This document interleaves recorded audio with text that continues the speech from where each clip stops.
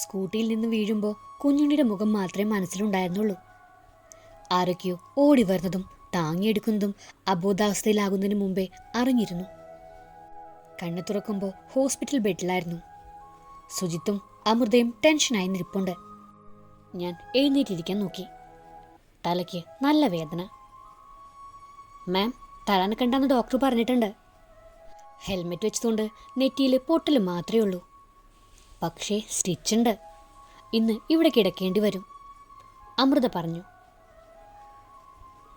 എന്നെ സുജിത്താണോ ഹോസ്പിറ്റലിൽ കൊണ്ടുവന്നേ? അമൃത എന്തിനാ ഹോസ്പിറ്റലിലോട്ട് വന്നേ? ഓഫീസിലെ വർക്കെല്ലാം പെൻഡിങ് അല്ലേ? ടെൻഷനിൽ പെട്ടെന്ന് വണ്ടി ഓടിച്ചപ്പോൾ എനിക്ക് എന്തു പറയണമെന്ന് അറിയില്ലായിരുന്നു. ഓഫീസ് ടൈം കഴിഞ്ഞ ഞാൻ വന്നത് മാഡം. അംബികാൻ്റെ വിളിച്ച് പറഞ്ഞിട്ടുണ്ട്. ആദ്യം കൂട്ടി വരാമെന്ന് പറഞ്ഞു. അതുവരെ ഞാനിവിടെ ഇരിക്കാം. അപ്പോൾ ഒത്തിരി സമയമായോ? അശോകൻ സാറിൻ്റെ കാർഗോ? എനിക്ക് തല പെരുത്തു. മാം, അത് എത്തിച്ചിട്ടുണ്ട്, സുജിത്ത് പറഞ്ഞു. എങ്ങനെ?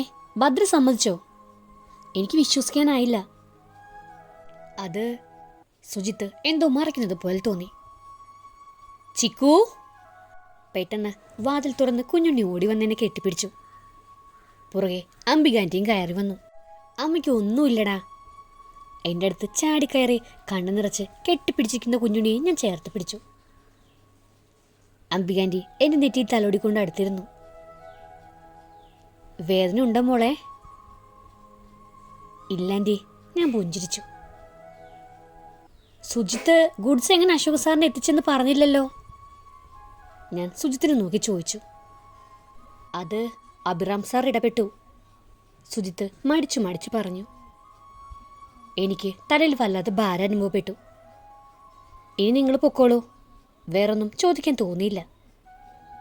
അവർ വാതിൽ തുറന്ന് പുറത്തേക്ക് ഇറങ്ങുന്നത് നോക്കി കിടക്കുമ്പോഴാണ് വരാന്തയിൽ അരഭിത്തിയിൽ ചേർന്ന് നിൽക്കുന്ന അഭിറാമിനെ കണ്ടത്. എൻ്റെ നേരെ നോക്കുന്നത് കണ്ടപ്പോൾ ഞാൻ നോട്ടം മാറ്റി. ഇരച്ചു വന്ന ദേഷ്യം ഞാൻ അടക്കി പിടിച്ച് കണ്ണുകൾ അടച്ചു കിടന്നു. കുഞ്ഞുണ്ണി എന്നോട് ചേർന്ന് കിടക്കുന്നത് കൊണ്ട് ഞാൻ അംബികാൻ്റിയോട് ഒന്നും ചോദിച്ചില്ല. നേഴ്സ് വന്ന് മരുന്നെടുത്ത് തന്നു. ആഫ്റ്റർ ഫുഡ് കഴിക്കാനുള്ള മരുന്നാണ്, അവർ പുഞ്ചിരിച്ചുകൊണ്ട് പറഞ്ഞു. അപ്പോഴാണ് ഇന്നലെ രാവിലെ ചായ കുടിച്ചതല്ലാതെ വേറൊന്നും കഴിച്ചില്ല എന്ന കാര്യം പോലും ഓർത്തത്. ചിക്കു, ഞാൻ ഫുഡ് എടുത്തോണ്ട് വരാം. കുഞ്ഞുണ്ണി ചാടി എഴുന്നേറ്റു. എവിടെന്ന്? റാമിൻ്റെ വണ്ടിയിലുണ്ട്, എടുക്കാൻ മറന്നതാണ്. അവനോടി വാതിൽ തുറന്ന് പുറത്തു നിൽക്കുന്ന അഭിറാമിൻ്റെ കയ്യിൽ തൂങ്ങി. അഭി വന്ന ഞങ്ങൾ കൊണ്ടുവന്നത്. ഞാൻ കഞ്ഞുണ്ടാക്കി വണ്ടിയിൽ വെച്ചിരുന്നു.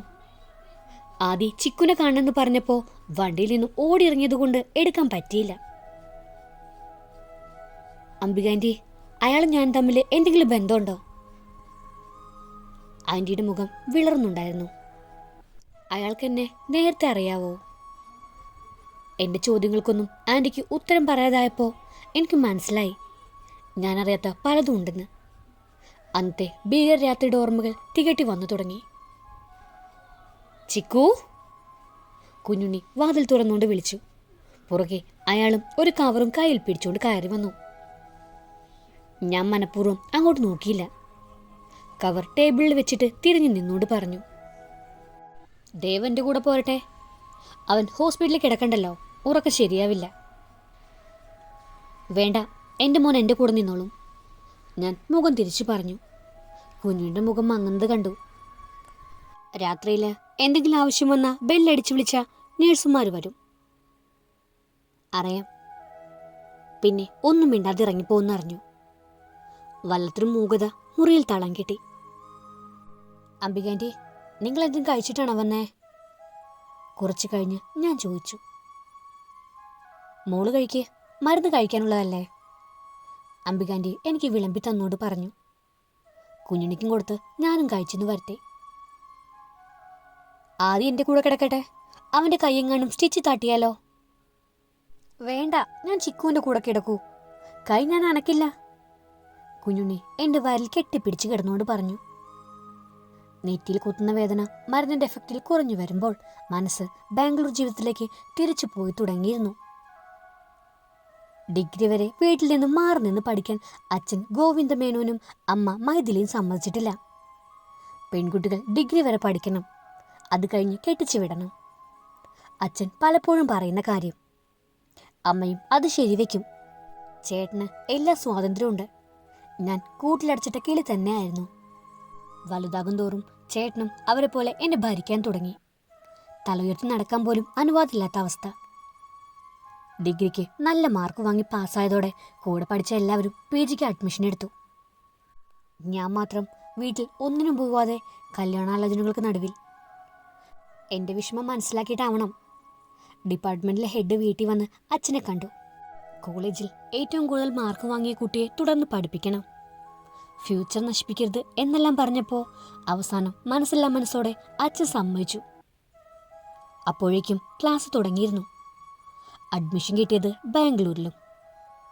100 നിബന്ധനകൾ വെച്ചാണ് ബാംഗ്ലൂരിൽ ഹോസ്റ്റൽ ചേർത്തത്. റൂംമേറ്റ് ഐശ്വര്യം ഞാനും പെട്ടെന്ന് കൂട്ടായി. കോളേജിലും ഹോസ്റ്റലിലും ഞങ്ങൾ ഒരുമിച്ചായിരുന്നു എപ്പോഴും. ആദ്യമൊക്കെ സീനിയേഴ്സ് വലിയ ശല്യമായിരുന്നു. പലരും പുറകെ കൂടി. ഒന്ന് തിരിഞ്ഞു നോക്കിയാൽ പോലും പഠനം പകുതി വഴിക്ക് നിർത്തി വീട്ടിൽ പോവേണ്ടി വരുമെന്ന് അറിയാവുന്നത് കൊണ്ട് തന്നെ ആരെയും കണ്ടതായി പോലും ഭാവിച്ചില്ല.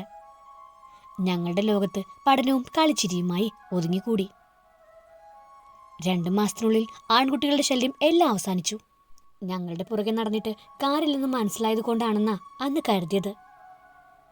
പക്ഷേ ഇപ്പൊ തോന്നുന്നു അതല്ലായിരുന്നു കാരണമെന്ന്. എല്ലാ സന്തോഷങ്ങളും അവസാനിച്ചത് അന്നായിരുന്നു. അവസാന സെമസ്റ്റർ എക്സാം കഴിഞ്ഞ് ഞാനും ഐശ്വര്യം ഒന്നിച്ച് നാട്ടിലേക്ക് ട്രെയിൻ കയറിയ ദിവസം.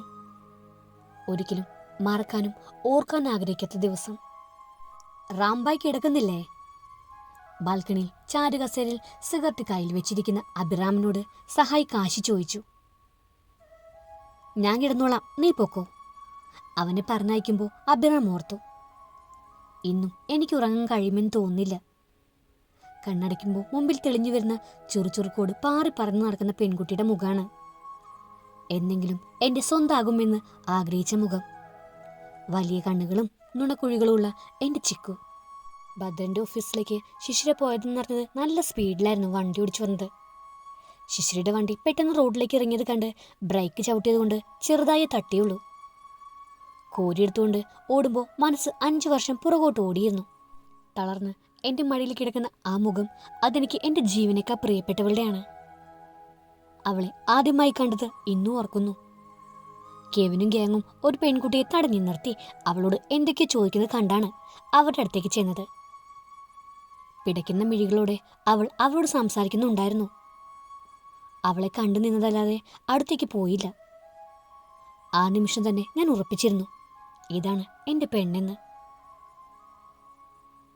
അഖിൽ, ഏതാ കുട്ടി? ബെസ്റ്റ് ഫ്രണ്ട് അഖിലിന്റെ തോളിൽ കൈയിട്ട് അവളെ നോക്കിക്കൊണ്ട് ചോദിച്ചു. അത് MSc മാത്സിൽ ജോയിൻ ചെയ്ത പുതിയ കുട്ടിയാ. എന്താളിയാ, ആദ്യമായിട്ടാണല്ലോ ഇങ്ങനൊരു പെൺകുട്ടിയെ കുറിച്ചൊരു അന്വേഷണം? അവൻ ചിരിച്ചു. പക്ഷേ ഫ്രഷേഴ്സിനെ എല്ലാം നമ്മൾ കണ്ടാണല്ലോ, ക്ലാസ് തുടങ്ങിയ ആഴ്ച തന്നെ. അന്ന് ഈ മുഖം കണ്ടില്ലല്ലോ. ആ കുട്ടി ലേറ്റ് ആയിട്ടാണ് ജോയിൻ ചെയ്തത്. നീ ഫ്രഷേഴ്സ് ഡേ കഴിഞ്ഞ് പോയതല്ലേ, പിന്നെ ഇന്നല്ലേ വരുന്നത്, അതാ കാണാതിരുന്നത്. ഇങ്ങനെ പോയാൽ നീ MBA ഫിനിഷ് ചെയ്യുമെന്ന് തോന്നില്ല. എത്ര ക്ലാസ്സാണ് മിസ്സാവുന്നത്? ഡാഡിയുടെ ബിസിനസ്സിൽ കുറച്ച് പ്രശ്നങ്ങളുണ്ടെന്ന് നിനക്കറിയാലോ. അതാ ഡാഡി വിളിക്കുമ്പോൾ പോകുന്നത്. ഇനി ഉടനെ ഇല്ല, അത്യാവശ്യ കാര്യങ്ങൾ വന്നാൽ മാത്രമേ പോവുള്ളൂ. വാഗമരത്തണലിരുന്ന് ആ കുട്ടിയെ നോക്കുന്നിടയിൽ പറഞ്ഞു. നീ ആ കുട്ടിയെക്കുറിച്ചൊന്ന് അന്വേഷിക്കുക. അന്വേഷിക്കാൻ ഒന്നുമില്ല. പേര് ശിശിര, മലയാളി, നന്നായി പഠിക്കും. PG കഴിഞ്ഞാൽ വീട്ടുകാർ കെട്ടിച്ചു വിടും. പ്രണയം ചുട്ടിക്കളിയിൽ ഒന്നും താല്പര്യമില്ല. അതൊക്കെ നീ എങ്ങനെ അറിഞ്ഞു? ഞാൻ അത്ഭുതത്തോടെ അവനോട് ചോദിച്ചു. എടാ, അവളെക്കുറിച്ച് ഇവിടെ നിനക്കൊഴുകി ബാക്കി എല്ലാവർക്കും അറിയാം. കെവിനും ഭദ്രനും വിടാതെ പുറകെയുണ്ട്. എന്നാ ഇനി അവന്മാരവളെ നോക്കണ്ട. നീണ്ട മുടിയിൽ വിരലോടിച്ചുകൊണ്ട് ഞാൻ പറഞ്ഞു. അഖിൽ അതിശയത്തോടെ എന്നെ നോക്കി. എടാ, നടക്കില്ല. അവൾ ആരെങ്കിലും പ്രണയിച്ചെന്ന് അവളുടെ അച്ഛനറിഞ്ഞ ആ നിമിഷം പഠനം നിർത്തിവന്ന് കൊണ്ടുപോകും. അവൾ പ്രണയിക്കേണ്ട, എനിക്ക് പ്രണയിക്കാലോ. അവൾ PG കഴിയുമ്പോൾ ഞാൻ ചെന്ന് അവളുടെ അച്ഛനോട് തന്നെ പെണ്ണ് ചോദിച്ചോളാം. ഇത്ര സീരിയസ് ആയോ? അവൾ മതിയുടെ എനിക്ക് ഉറപ്പിച്ചു. ഞാൻ ചിരിച്ചു. അഖില് ഞങ്ങളുടെ ഗ്യാങ്ങിലെ എല്ലാവരോടും പറയാൻ ഓടി നടന്നു. അന്നു മുതൽ ഞാൻ അവളോടൊപ്പം ഉണ്ടായിരുന്നു, നിഴൽ പോലെ. പക്ഷേ എവിടെയാണ് എനിക്ക് തെറ്റുപറ്റിയത്? ഈ ലവ് സ്റ്റോറിയുടെ ബാക്കി കേൾക്കാൻ നിങ്ങൾക്ക് താല്പര്യമുണ്ടെങ്കിൽ സബ്സ്ക്രൈബ് ചെയ്ത് സപ്പോർട്ട് ചെയ്യുക. കൂടുതൽ തന്നെ ബെല്ലൈക്കണും പ്രസ് ചെയ്യാൻ മറക്കരുത്. Thank you.